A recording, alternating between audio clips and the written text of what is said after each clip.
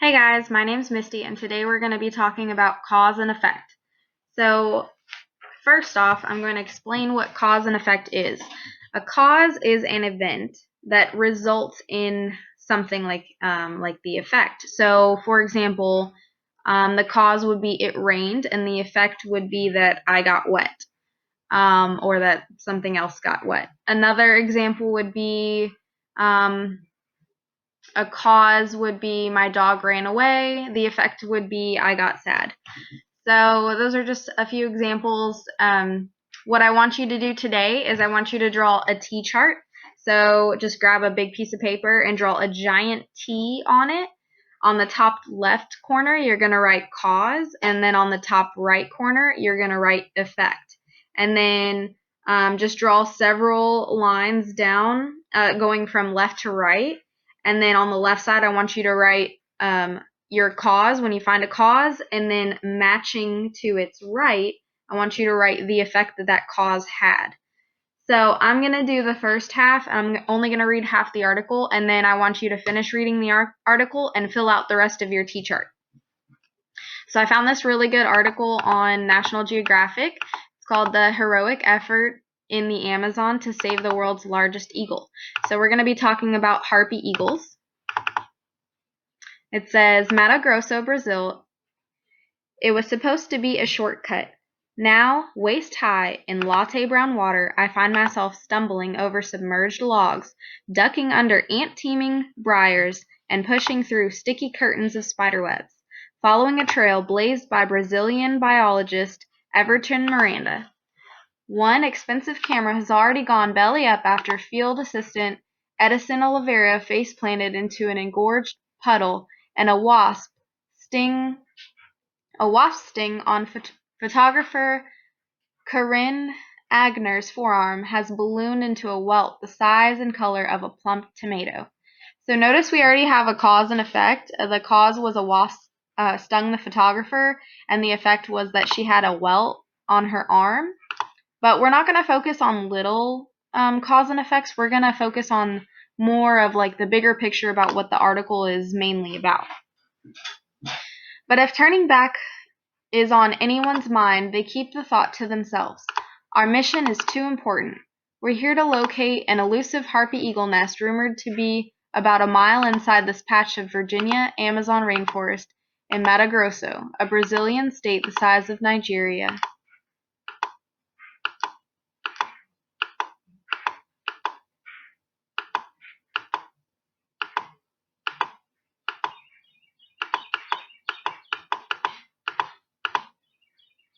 The Amazon rainforest contains about 90% of the remaining habitat occupied by harpy eagles, but timber cutting eats away at the trees they nest in and the forest that supports them with prey. Conservationists hope that the tourist tower, such as this one, built within sight of harpy nests, will bring in enough money for cattle ranchers that they will agree to limit tree cutting on their lands.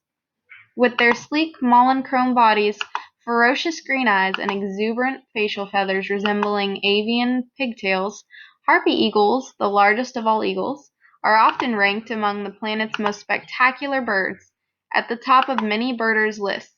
They can weigh up to 25 pounds and have claws larger than a grizzly bear's, capable of exerting several hundred pounds of pressure. Indigenous myths speak of harpy eagles carrying away children. Although no evidence of this exists, they can snatch a grown sloth off a tree and take down a 20-pound deer. They look like an animal from a fantasy book, Miranda says. On the left, we have harpy eagles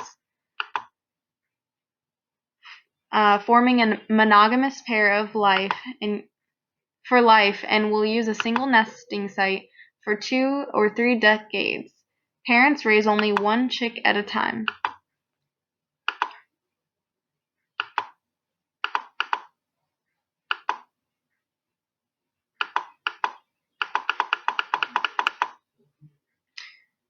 As top predators, harpy eagles play a crucial ecological role keeping populations of prey species in check. Their presence in the forest of a healthy, functioning environment. No one knows how many remain in the wild, but scientists do know that they are disappearing. The giant raptors once lived from southern Mexico to North Argentina, but since the 19th century their range has declined by nearly half, leaving the Amazon with 93% of the species remaining occupied habitat. Deforestation is the primary threat to harpy eagle survival, shows no signs of slowing. Last year, the world watched as massive tracts of the Amazon went up into flames, and right now, 45 acres of Brazilian Amazon are being razed every hour. So I already have another cause and effect right there. My cause is deforestation, and my effect is less harpy eagles.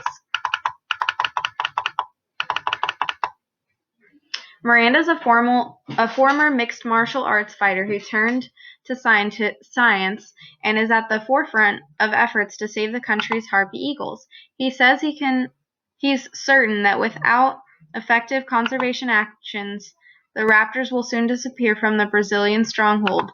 The so-called arc of deforestation, a vast fragmented landscape encircling the southern Amazon, like a crooked grin. He believes the rampant habitat loss can be combined by showing Brazilians that the forests are more profitable standing than felled, and that harpy eagles can be part of the solution.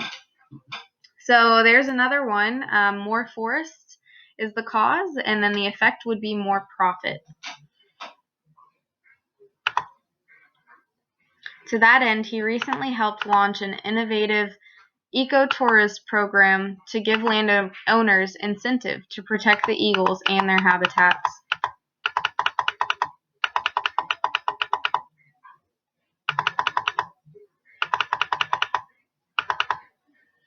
If you achieve conservation for harpy eagles, you achieve conservation for pretty much all biodiversity in the ecosystem they inhabit. So the cause would be achievement for conservation for harpy eagles, and the effect would be achievement for conservation for pretty much all biodiversity in the ecosystem that they inhabit. Watson, President and CEO of the Peregrine Fund, a nonprofit conservation organization that leads a harpy eagle program in Panama. Mapping harpy eagle nest to identify the kinds of places where they still live, and then protecting those places is a first step for ensuring a future for these birds.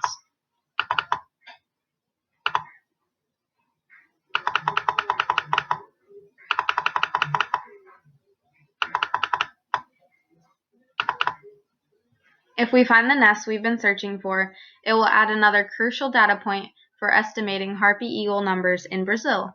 Miranda pauses to glance at a GPS pin in Google Maps, marking the spot where he believes the nest to be. A racing stream, too deep for us to ford, blocks our way. Undeterred, he locates a toppled, half-rotten log which miraculously holds our weight as we take turns scooching across, scrambling up a muddy embankment. Now finally on solid ground, we zip through the last half-mile until we spot a wide, stately trunk of a Brazilian nut tree. The towering canopy branches off this protected species are the choice nesting spots for harpy eagles. We approach quietly. Eagles with a chick can be aggressive, and peer into the thick foliage above. About 100 feet up, a peephole reveals a giant mass of twigs. The nest! Miranda found this nest not by scouring the dense jungle on his own, but by enlisting the help of local people who collect Brazilian nuts to supplement their livelihoods. They spotted the nest weeks earlier and shared the GPS coordinates with him. Rachel, if you find a bone or feather, I'll make you a caipirinha ha, Miranda whispers with a wink, referring to Brazilians' deceptively strong and dangerously delicious national drink. He quickly discovers one slender white feather, but my bloodhound-like efforts fail to turn up any further evidence that the nest is occupied. Playback of recording harpy. The chick, Miranda guesses, must be an adolescent that's already in the process of leaving the nest after its 3-year time with mom and dad.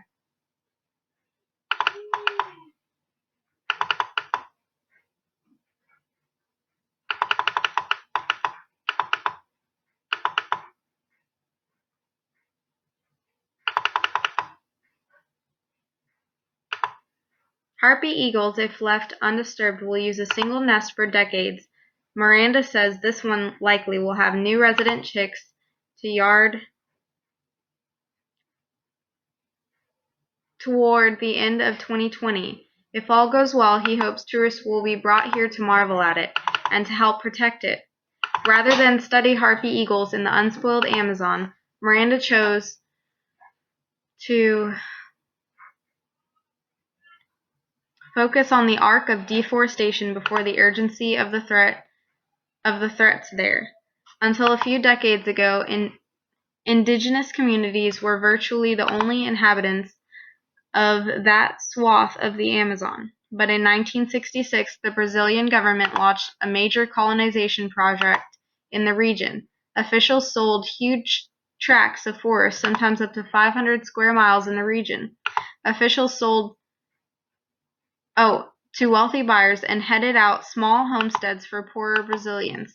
The result was the world's largest state-sponsored migration outside China and the Brazilian Amazon economy based on forest clearing for cattle ranching and industrial-scale farming. So there's another cause and effect. The cause was that in 1966, the Brazilian launched a major colonization project in the region, and the effect was that it was the world's largest state-sponsored migration outside China, resulting in forest clearing for cattle ranching and industrial-scaled farming. So that's half the article. I want you guys to read the rest and continue writing your answers on your T-chart with your causes and effects that you find. So just to wrap up, we went over cause and effect, and we learned that cause is an event that had a reaction, and then the reaction is the effect. So that is the result that happens from a cause.